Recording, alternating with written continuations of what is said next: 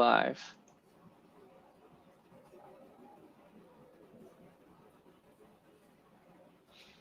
All right.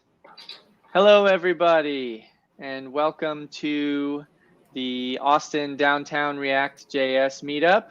I'm Aiden Garza. Roberto unfortunately had something come up and is not able to join us today. But today we're here with Fabian Buentello from the Houston React JS group. And he is going to talk to us about Mirage JS and how to spin up mock API in minutes. So welcome, Fabian.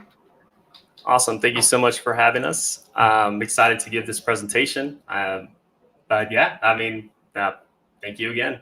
Not a problem. Take it away. All right, let me go ahead and now share my screen.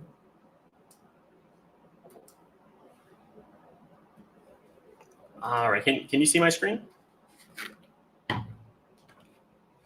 I'm gonna take that as a yes. So I'm gonna go ahead and go full screen here. Okay, so thank you everyone for attending my presentation.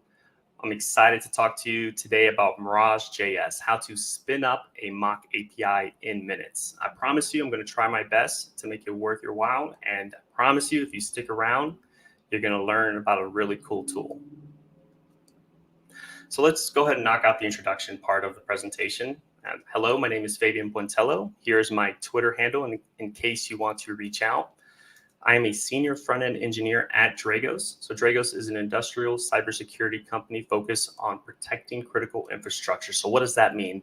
This is, we protect your electrical grids, your water plants, you know, the things that you really don't want to get compromised by an adversary.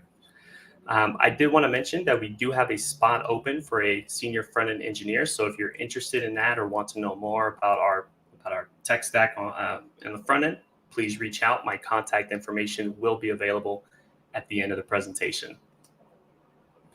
And as Aiden mentioned, I am one of the organizers of the Houston React Developers Meetup. And just like this meetup, we're always looking for speakers. So don't worry if you're nervous or don't know what to talk about, we're here to help. So whether that means get you a topic that you feel comfortable presenting over or help coach you in giving presentations. So if you're interested in that, please reach out. Okay, so why? Why did I want to give a presentation over Mirage? Why do I feel people should learn about this tool? So let's start off with a basic application. Nothing too crazy here. We have a UI layer, service layer, and a data layer. So typically the flow of your application would probably go something like this. From the UI layer, you communicate down to your service layer. From there, your service layer fetches or makes an API request to some endpoint to fetch some data. At some point in the future, it might be 200 milliseconds, it might be a whole second, it might error out. At some point, that data gets returned back. And from there, it somehow finds its way into your data layer. So when I say data layer, think your component state, think MobX, think Redux, right? Okay, cool. So once it's in your data layer, it bubbles up back up to the UI and is presented to your user. But what happens when that API doesn't exist? Or maybe just that one endpoint you're trying to reach hasn't been made yet. Maybe the backend team hasn't made it yet. Or maybe you're a full stack developer and haven't gotten around to writing that endpoint. What do you do? So, okay, you can mock the data out in your UI layer. So think, set state with an array of objects. Okay, you can do that. Or you can mock things out in your data layer. Think the initial state in Redux, right? So you can mock out data many different ways. You can cut and dice it however many ways, but at the end of the day, you're still going to have to write data fetching code. You're still going to have to write some sort of service layer code. You're still going to have to handle errors. So what can we do to solve this? This is where Mirage comes in. Mirage lets you build, test, and share complete front-end applications without having to rely on any back-end services. So let's go ahead and let's talk a little bit about Mirage. So Mirage was created by Sam Selikoff back in 2015 as an Ember add-on. It's actually built on top of Pretender.js, if you're familiar with that library. But here's the thing, it wasn't until 2019 when the code base was refactored to becoming its own standalone library that we could finally use Mirage and React code bases, Vue code bases, Angular code bases. So as far as our community, it's relatively new. The last note, or a side note, Mirage has awesome documentation. I'm a sucker when it comes to great documentation with great examples, great use cases, tells a great story. I was able to read all of their documentation front to back very easily because of the amount of work that they put in on documenting and giving that awesome developer experience to us. So okay, back to this slide here. So our service layer is reaching out to some endpoint that doesn't exist yet. This is where Mirage comes in. What we're going to do is we're going to add Mirage to our application here, and we're going to tell Mirage to intercept any API request to API/post and return a response, right? So as far as our application is concerned, it has no idea that it's actually talking to a mock API. It thinks that it's talking to the real API. So okay, enough talk about the tool. Let's talk about what we're going to be building here today. What we're going to be doing, what we're going to be building is a blog post application where I, the author, could create a post, delete a post, update a post, and people can leave comments on my post. Now, obviously, I'm using React because we're at a React meetup, but this is the end state of where we want to be. Again, so there's a front end part of this application, and this front end is supposed to be talking to a back end API.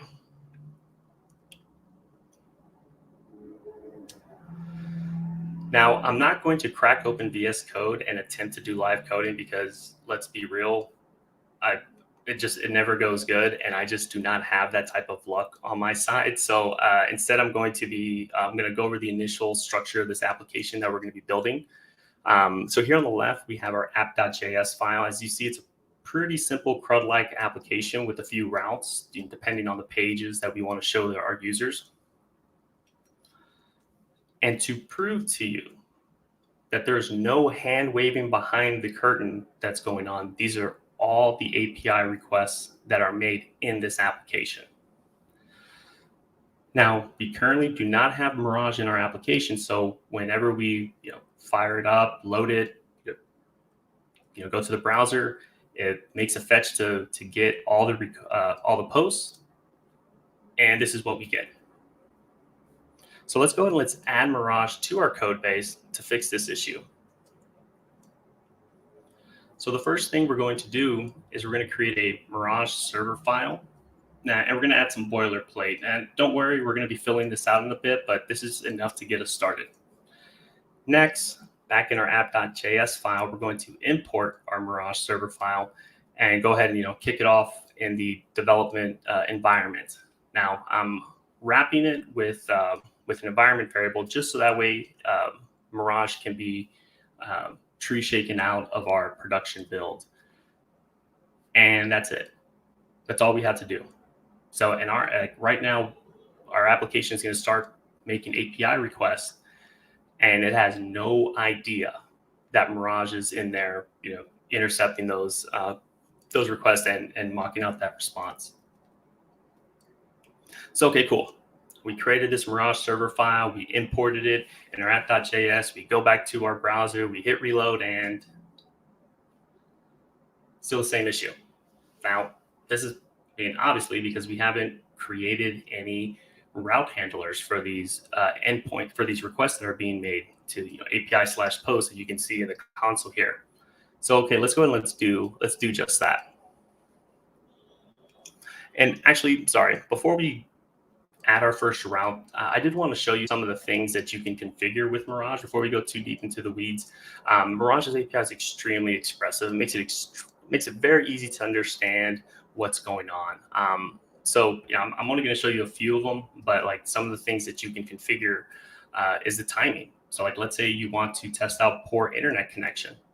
Here, you can do just that. You can set the response time to, I don't know, a minute, 2 minutes, see how your application behaves. Also, one thing to note, when Mirage is running in test mode, it automatically sets the delay to 0 seconds response time. So it makes your test run really fast. So, okay, so that's how you can set the timing of your responses. Maybe you want to prefix all the APIs that you want Mirage to intersect. Here's how you do that. And once you've defined all the endpoints that you want to intercept, you use this method called this.passthrough to just tell Mirage to let that request pass on through into the internet and fetch that real data.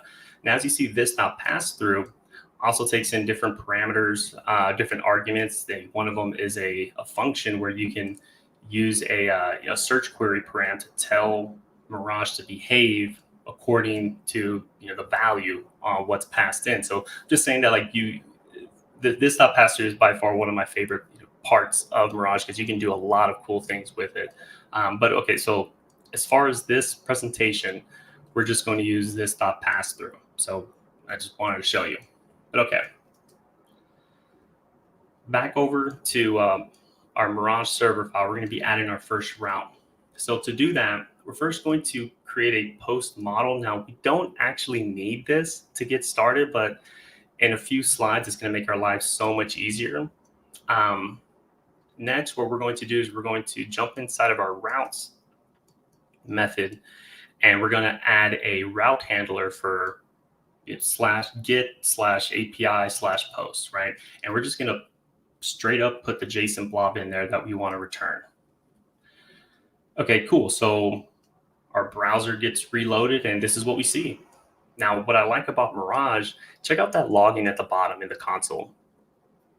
It tells you what was sent up and what was returned back.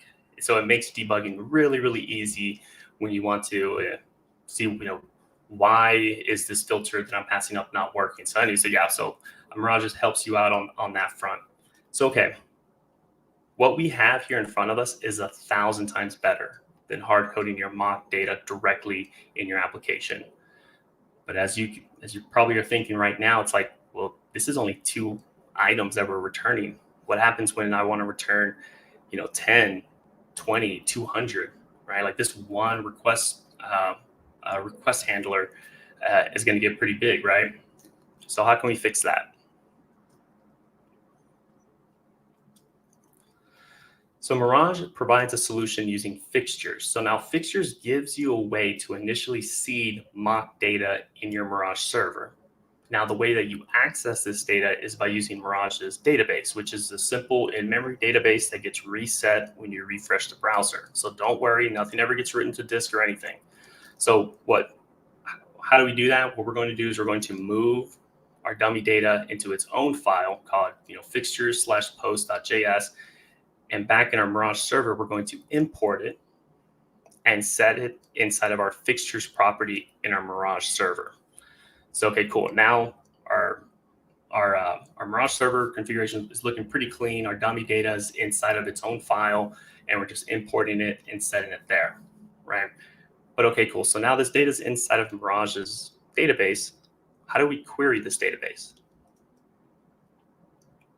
So you can query Mirage's database one of 2 ways: via the schema, or just actually reaching down directly into the database and getting that data. Now, don't worry, I'm going to show you when you should use one over the other, but I just want to show you that there are 2 ways that you can retrieve data. So, okay, we want to retrieve multiple posts. How can we do that? If we take this schema approach, here are all the methods that we can pass in. We can just say, hey, give me all of the posts. Give me all the posts where type equals video.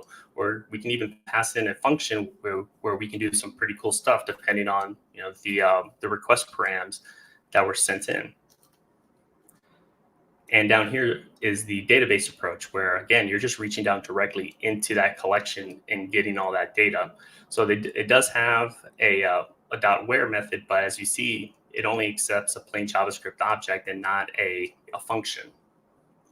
So as you'll see, like they look on the surface to be the same thing, right? But there are certain cases where one shines over the other. We're going to go and get into that. So I'm sorry, I'm going on a little tangent here, but I just if without going in and actually cracking open these the schema and the database, like you might not doing that comparison isn't as easy if you're just reading the documentation. So I'm just saying that it's easier whenever you post these out and you compare them. So okay, cool. As you see, we have methods. We have the same method on both of them. So like find by. But as you'll see right now, what we're going to do is we're actually going to return the first, or we're going to actually, let's fetch an actual post and let's see how the two differ. So, okay, we're going to fetch a post via the schema and we're going to fetch a post via the database. So, okay, on the top, we are fetching a post where ID equals 1. And as you see, we are returned a post model object. Now, this is an actual JavaScript class object. We have methods, we have properties that are more than, beyond just our, the properties inside of our data model. And here at the bottom, we're fetching a post with the ID of 1 directly in our database. And as you see, it's returning that straight plain JSON object that we're expecting, right? Now, I know what you're thinking. Schema.db.post.find1, going the database approach looks so much easier. I can work with that. That's the data that I'm expecting. Well, I'm here to tell you that you'll end up shooting yourself in the foot, because once you start wanting to do more than returning a single object, like returning related objects or embedded objects, the schema approach is really going to shine over the database approach. Now, last thing, if you're familiar with backend databases, you're never supposed to reach down directly into the database to fetch data. You always go through some sort of schema or ORM. Because Mirage isn't a true backend, sometimes the water's a little bit muddy on when you could use one over the other. So I'm just here to tell you, whenever you're fetching data, always do it via the schema. So, okay, back over here in our routes, we're using the same route, the this.get API/post. Since we're fetching data, I want to go via the schema. Here's that code there. So we're just going to return all the posts. So the browser refreshes and there's our data. Looks a lot cleaner than showing that that hard-coded JSON object that we were returning earlier. Going back to this fixtures, I still something that's bugging me though. Not only is it hand curated, anytime the model changes, I need to update a property, delete a property, I have to come into this file and update every single one of these objects. What I would like is something a bit more dynamic, right? So the way that we do that is by using Mirage's factories.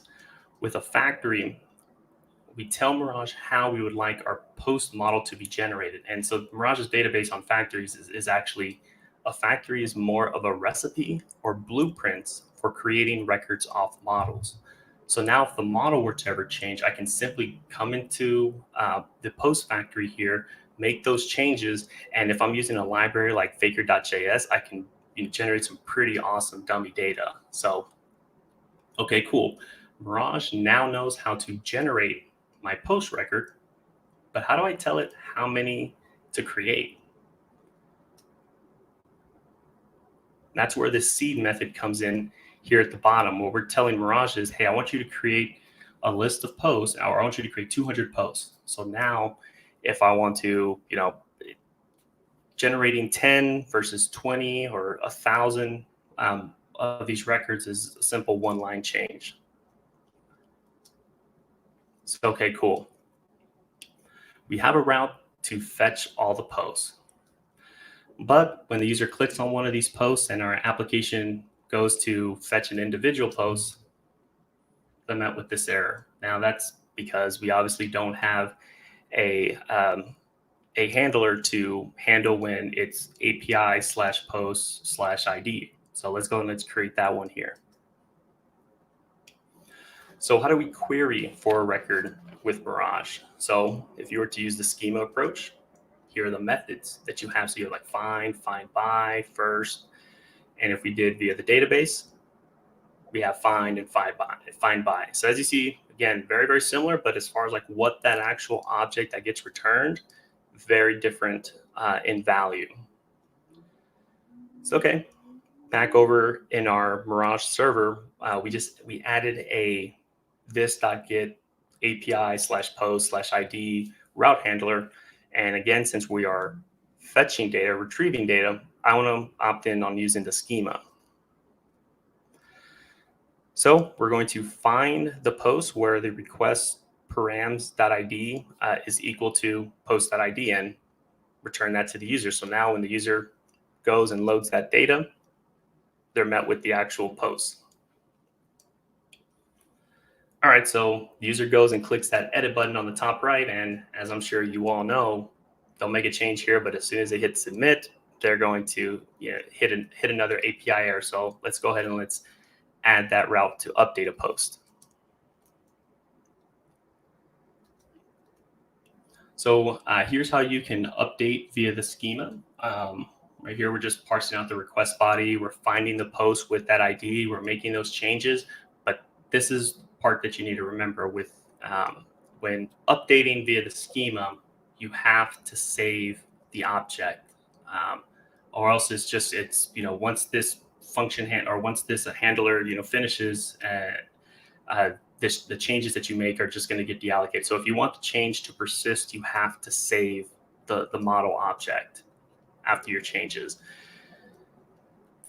But if you do it via the database, since you are in fact updating the database, the changes are going to persist. So you can just quickly update it and call it a day. So here are all the different ways that you can update the database, or you can update a post if you took the database approach.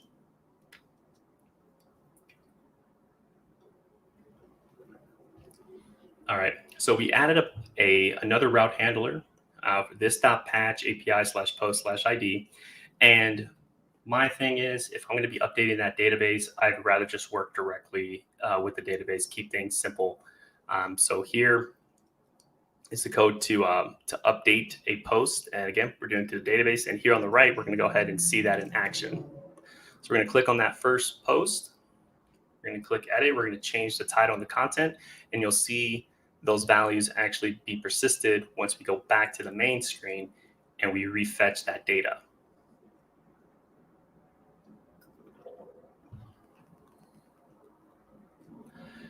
So, okay, now let's handle when the user clicks add new post on the top right. Now, here's how you do it if you want to create a record via the schema. Again, if you want this new post to persist, you need to save it. And here's how you do it via the database. And again, since I am working with the database, or I'm making updates, I'm just going to go ahead and opt in and use the database approach. So what we have here at the bottom is a this.post API/post endpoint, where we're going to pass in a request body of the new post that we want to make, and we're going to insert it into the database. So we're going to, here's a demo of that.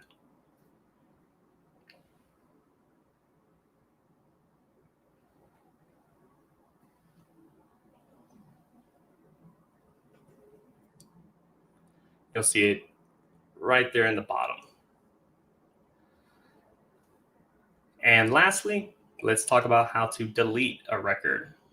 Now, if you do it via the schema, when you do schema.destroy, it actually persists the deletion in the database, so you don't have to save it.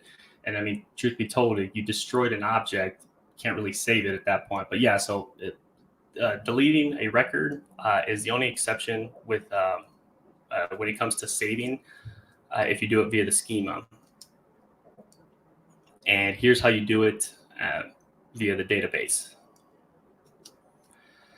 So we added a route handler for the delete on post/ID. And since it's a database, I'm going to go ahead and just remove it, which can interface directly with the database. And so yeah, and here's a demo on the right of that happening.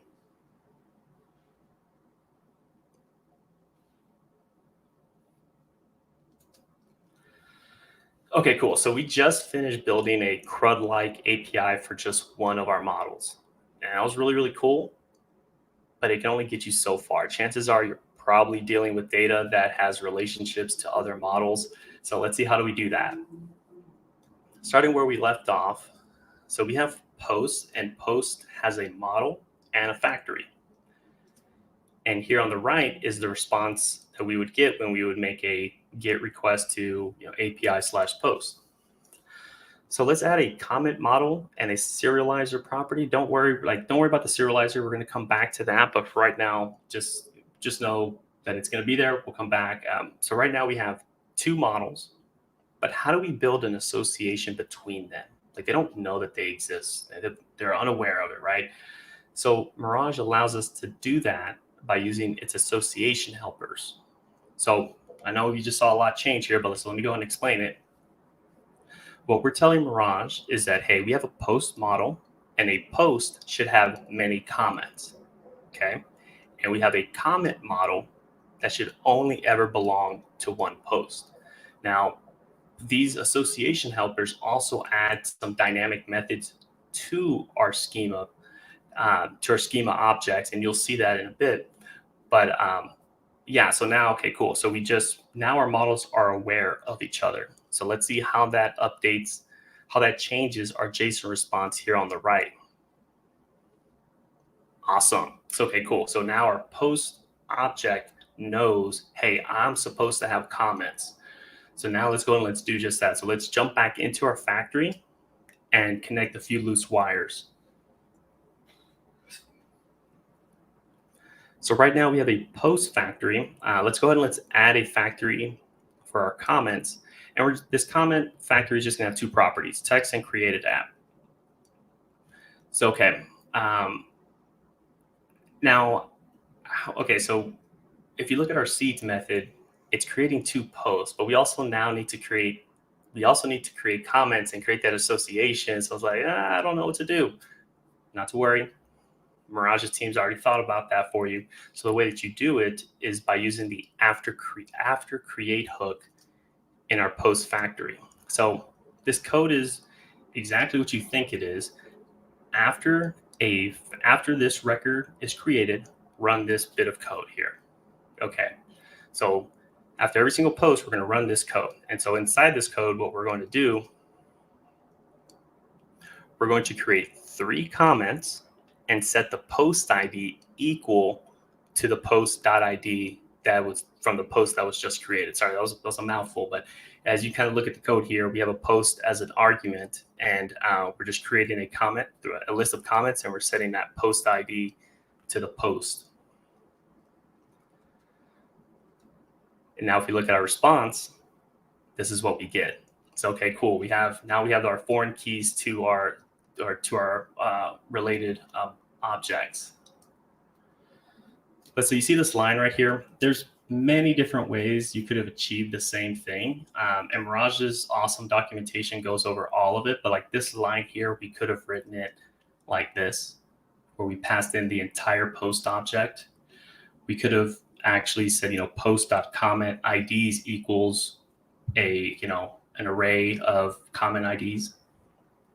Can't forget to save, by the way. We could have said, post.comments equals comments, pass in that entire array of objects, and Mirage would have built all of these associations the same. So yeah, I just wanted to show you that before moving on. So, okay, cool. We have our post. It knows the IDs of the comments that are related, but Mirage knows that developers, we need more than foreign keys sometimes. Sometimes we need the embedded related objects in the response itself. So how do we do that? We do that by making some slight, changes to our serializers. So jumping back into our serializers, right now we have a post object. I'm going to butcher if I try to explain it, but in short, if you just look at the code, there are different properties that the REST serializer can accept. Here we're telling our REST serializer to include the comments and to also embed them in our JSON response. Now, if you go into Mirage's documentation, it goes over more into what you can do here. But with this this 2-line change, we now have our comments inside of our post object. So now in our application, because with our factory we're creating three comments per post, our post detail view is now populated with the comments.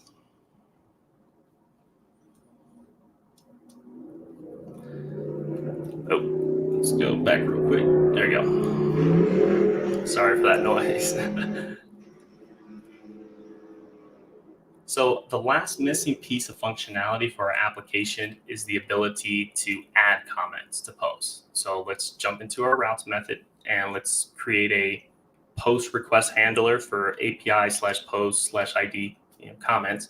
And I'll go ahead and I won't play it just yet. But so all we're doing here is we're just parsing out the request body. We're finding the post that this comment belongs to. And you see that line? Post.createComment, and when we pass in those attributes, that create comment method, you didn't see me write that, right? This is actually one of those dynamic methods that was added to our models from those association helpers that we did earlier. So that the belongs to and has many, it adds these methods to your model. So this is where it's really powerful if you use your schema versus the database approach. But okay, so here on the right, we're gonna go ahead and open up this post that currently has 3 comments. We're gonna create a new comment. Now we have 4. Jump back to the main screen, and you see that value is now updated to 4. So okay, we're almost to the end, but there was 2 more things I wanted to go over. Number 1, I barely scratched the surface on what Mirage could do. I didn't even talk about factory traits or the different serializers that you could use.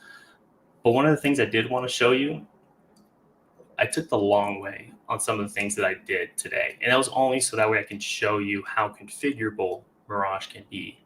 But let me go and let me show you what I'm talking about. Do you see all these request handlers that we created, right?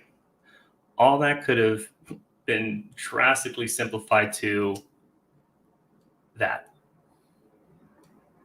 Now, obviously, if you were to just use this .resource and you pass in the post, it requires a lot of buy-in on the conventions that Mirage uses. But